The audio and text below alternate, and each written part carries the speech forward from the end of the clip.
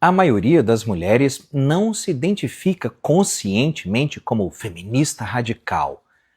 A maioria das mulheres não tem cabelo azul, sovaco peludo ou sai por aí queimando sutiãs em praça pública. Mas a maioria das mulheres reproduzem comportamentos feministas todos os dias. Isso acontece porque ideologias não precisam ser estudadas página a página para funcionar. Ideologias se espalham por incentivos, por recompensas sociais e ausência de custo. E é por isso que a esmagadora maioria das mulheres modernas apresenta comportamentos feministas sem ter consciência de estar fazendo isso. Repete comigo. A esmagadora maioria das mulheres modernas apresenta comportamentos feministas sem ter consciência de estar fazendo isso. E eu vou te dar nesse vídeo aqui 10 evidências comportamentais dessa afirmação. Primeira evidência: a maioria das mulheres defende igualdade apenas quando isso as favorece. Elas pedem salários iguais, mas não pedem igualdade em trabalhos perigosos, insalubres ou fisicamente extenuantes. Isso é uma adaptação inconsciente ao discurso feminista que normalizou direitos sem deveres equivalentes. As feministas levantam bandeiras exigindo igualdade de representatividade e poder, mas elas se calam convenientemente na hora de pedir igualdade para o serviço militar obrigatório ou para postos de trabalho na profissão de montadores de andaimes, por exemplo. Segunda evidência: a presunção automática de vítima. Quando um homem faz algo absolutamente terrível com uma mulher, a reação padrão é canalha, monstro, psicopata. Mas quando uma mulher faz algo absolutamente terrível com um homem, a reação padrão é: calma, gente, a gente tem que ouvir o lado dela. Será que o cara não fez alguma coisa que levou a moça a esse extremo? De repente ele já agredia ela há tempos, tratava aquela moça mal e... Isso não é empatia neutra. Isso é internalização de uma narrativa feminista onde a mulher é vista como moralmente frágil todo o tempo e o homem como um agressor perpétuo todo o tempo, mesmo sem evidência disso. Terceira evidência: o uso seletivo do discurso da autonomia. A mulher moderna feminista que não sabe que é feminista, ela fala: sou independente, não preciso de homem. Mas em situações de risco, crise ou quando o fardo da provisão pesa sobre os ombros femininos, as mulheres esperam proteção masculina imediata. Quando o calo aperta de verdade, a autonomia retórica rapidamente dá lugar à dependência prática. A mulher repete todo dia o discurso interno e externo de que ela é empoderada, forte, autossuficiente. Mas no momento em que ela sofre um assédio ou precisa de uma força física mais bruta para resolver uma determinada situação, ela rapidamente muda o discurso para: onde foi parar o cavalheirismo, gente? Não tem mais homem de verdade nesse mundo? Ué, se ela é independente e empoderada, por que ela precisa que um homem seja cavalheiro ou ficar reclamando quando nenhum homem aparece para resolver alguma coisa para ela? Por que ela precisaria disso? Esse paradoxo é típico de uma ideologia que foi absorvida inconscientemente. Quarta evidência: externalização sistemática da responsabilidade. O fracasso profissional de uma mulher virou machismo estrutural. É só você ver aí a gritaria sobre a desvalorização do futebol feminino. O futebol feminino não tem público e não dá lucro por causa do machismo estrutural. Vou te dar outro exemplo. Cada conflito relacional rapidamente cai no discurso de: ai, como os homens estão imaturos, estou cansada de moleques. A mulher escolhe homens sem critérios, engravida de qualquer um, é abandonada e então transfere a responsabilidade do seu insucesso relacional para os homens. Mas a análise da mulher raramente começa ou sequer envolve a responsabilidade dela e as consequências das suas próprias escolhas pessoais. Esse tipo de comportamento e dinâmica não nasce do nada. Isso é um treinamento cultural feminista, mesmo em quem nunca leu uma única linha sobre feminismo. Quinta evidência: rejeição emocional à crítica ao feminismo, mesmo sem conhecer o feminismo. Muitas mulheres nunca estudaram a teoria feminista, mas elas reagem com hostilidade quando o movimento feminista é questionado. Isso mostra um condicionamento simbólico, não uma reflexão racional. E eu vejo isso todo santo dia nos meus posts nas redes sociais. Ai, Doc, eu não sou feminista não, mas olha só.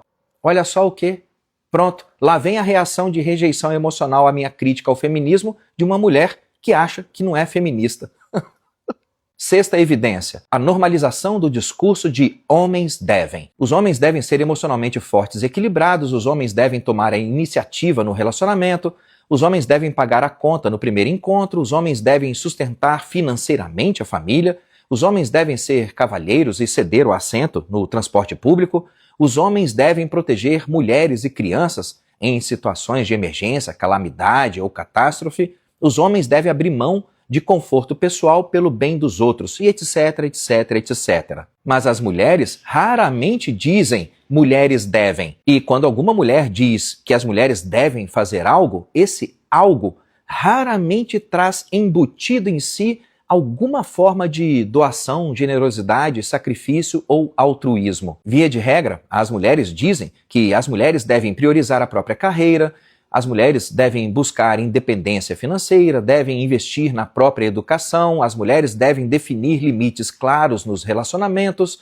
as mulheres devem escolher parceiros que respeitem os seus objetivos pessoais, as mulheres devem valorizar o próprio tempo, as mulheres devem ter liberdade para decidir se elas querem ou não casar, se elas querem ou não ter filhos. As mulheres devem expressar as suas opiniões sem silenciar. As mulheres devem buscar ambientes profissionais seguros e as mulheres devem definir seus próprios valores.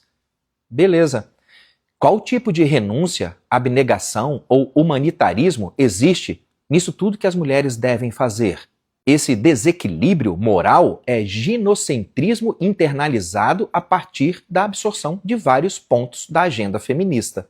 Sétima evidência, a romantização da fragilidade feminina. Quando uma mulher desiste, fica magoada, desaba emocionalmente ou surta com raiva de alguma coisa, isso é socialmente validado, é legítimo, ok.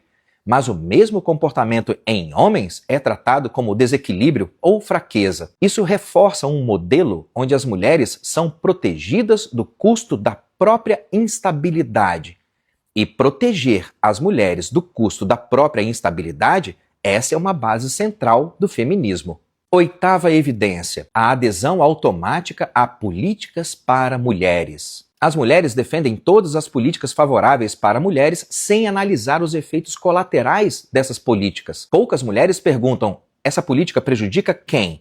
E praticamente nenhuma mulher pergunta, essa política cria algum tipo de injustiça inversa? Essa adesão automática ocorre porque o sistema ensinou que políticas pró-mulher são, por definição, boas. Por exemplo, a Lei 11.432, que regulamentou o Programa de Proteção e Promoção da Saúde Menstrual, instituído em 2021. Essa lei deu às mulheres de 10 aos 49 anos de idade, em situação de vulnerabilidade, o direito de receber gratuitamente 40 absorventes a cada 56 dias. Alguma mulher se perguntou quanto esse programa custa aos pagadores de impostos? E considere que, segundo dados da Receita Federal, entre os contribuintes do Imposto de Renda de Pessoa Física, cerca de 63% desses contribuintes são homens. Os homens pagam impostos para o governo e as mulheres recebem absorventes do governo.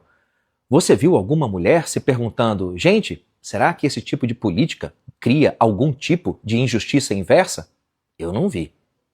Nona evidência, a linguagem absorvida. Termos e expressões como machismo estrutural, patriarcado opressor, masculinidade tóxica, lugar de fala, responsabilidade afetiva e palavras machucam são usados por mulheres que nunca estudaram ou refletiram com o devido grau de racionalidade e honestidade sobre essas expressões e termos. Isso é uma prova clara de ideologia feminista assimilada por osmose cultural. Décima evidência, quando você pergunta às mulheres se os deveres femininos deveriam ser iguais aos direitos, a maioria das mulheres hesita. Eu vou te dar um exemplo clássico disso. Pergunte a uma mulher se ela acha que o homem, em um relacionamento, tem a obrigação de ser protetor, provedor, leal, decidido, solucionador de problemas, transparente e emocionalmente equilibrado. Ela provavelmente responderá que sim, um homem deve ser assim, porque esse é o papel do homem. Na sequência, pergunte para essa mesma mulher se ela, em reciprocidade a um homem que lhe oferece proteção, provisão, lealdade, capacidade de resolução de problemas, decisões claras, transparência e equilíbrio emocional, e faz isso porque isso é a obrigação de um homem, Pergunte a essa mulher se ela teria a obrigação de oferecer submissão a esse homem em retorno. Uma mulher deveria ser submissa ao homem que ela mesma escolheu para colocar ao seu lado?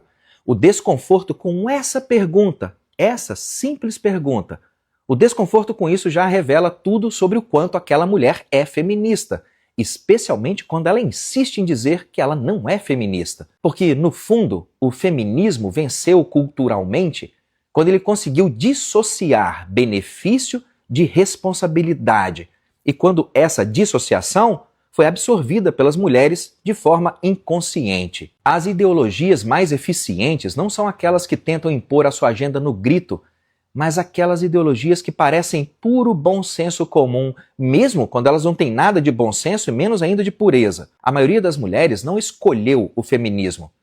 As mulheres simplesmente nasceram dentro dele, cresceram dentro dele, respiraram ele e foram emocionalmente e politicamente recompensadas por ele.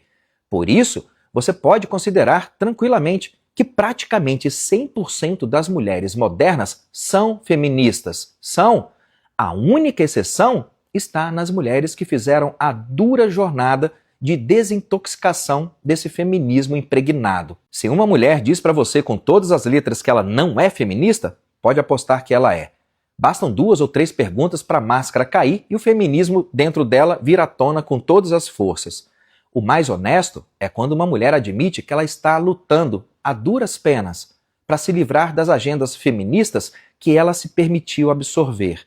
Porque quando um comportamento traz vantagens sem custos, ele não precisa ser defendido conscientemente, ele apenas se repete de modo automático uma geração depois da outra. E nenhuma mulher se livra desse padrão de comportamento aprendido sem fazer um detox diário profundamente consciente para se livrar dele.